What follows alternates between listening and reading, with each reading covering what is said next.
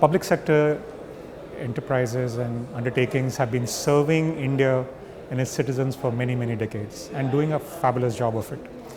And as a consequence, you would see that in order to serve the constituency, serving their customers, they have invested in digital technologies much ahead than most of the other industries.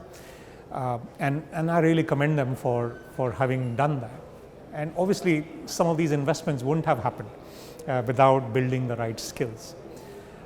Their challenge continues to be able to constantly create those service deliveries down to serve their customers in ways that can reflect the scale with which they operate. So, few challenges that public sector undertakings acknowledge is that while they build and solve for these business challenges through using these digital technologies, if they had the right kind of a culture, a mindset of leaders to experiment, to fail fast, the culture of collaboration, the culture of inclusion of different skills and creating an environment that people can work across departments, their ability to do this can enhance significantly. And there is an acknowledgement of this. Quite a few PSUs are working in this area, but that is an open challenge. The other reality, of course, is that there is a population of supervisors that are tapering down. The number of supervisory talent in PSUs is coming down due to retirement, because of age. So there's another challenge, which is how do you build talent from within and grow them to take responsibilities at a rapid pace.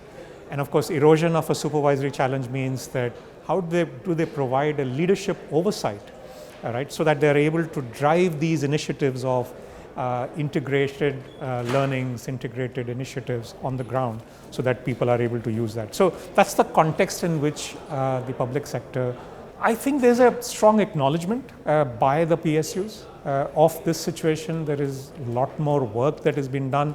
They have a strong appreciation of this as a need.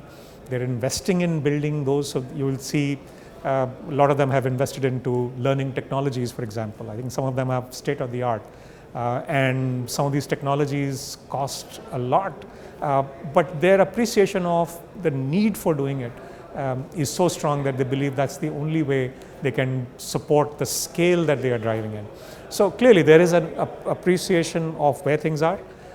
They're continually looking for those native solutions that could uniquely address the public sector undertakings, but we are in the right track.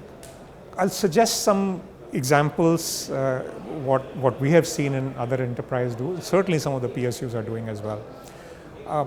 I think the heart of this readiness is about a culture of learning, continuous learning, and an environment where people get an opportunity to learn on not only the functional areas, but on the digital technologies, for example, and their relevance to the context in which they operate.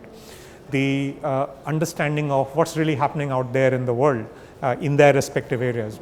So creating an infrastructure of learning becomes the foundation, if you like, where the thousands of employees get an access into this infrastructure, find a way to use this infrastructure to learn for themselves. That is the sort of starting point. The following this foundation, and again we have seen few examples of these, is creating opportunities for experimentation.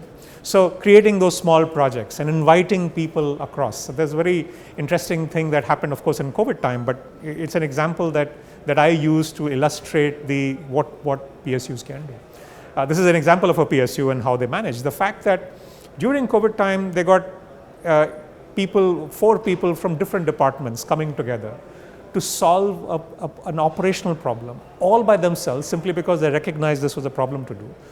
They created a prototype of that solution using their knowledge of what they understood as the problem to be and the solution.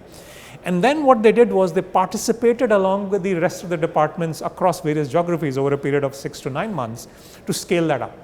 A perfect example of experimentation, trials, and improving in that. And really that process of owning the learning, applying that learning, and learning by applying is the most potent way of experiencing. Finally, the importance of embedding some of these in the talent system. So recognition of people who have invested time in learning, for example, or trying something new, recognizing and appreciating employees who have collaborated with other departments. They have learned something beyond their own area. I think those would become a very important scaffolding around which can happen. So these are the few strategies that I would recommend.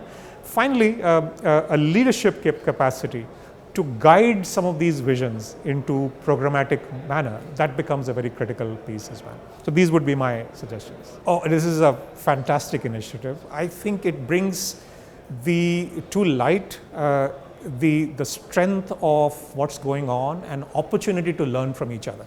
I saw the panel that I was part of, some very rich experiences our panelists had representing some of the leading organizations, and how they could build on that learning with each other was, I think, fascinating. And hopefully the people who are attending this, they are able to gain and go back and implement some of these ideas.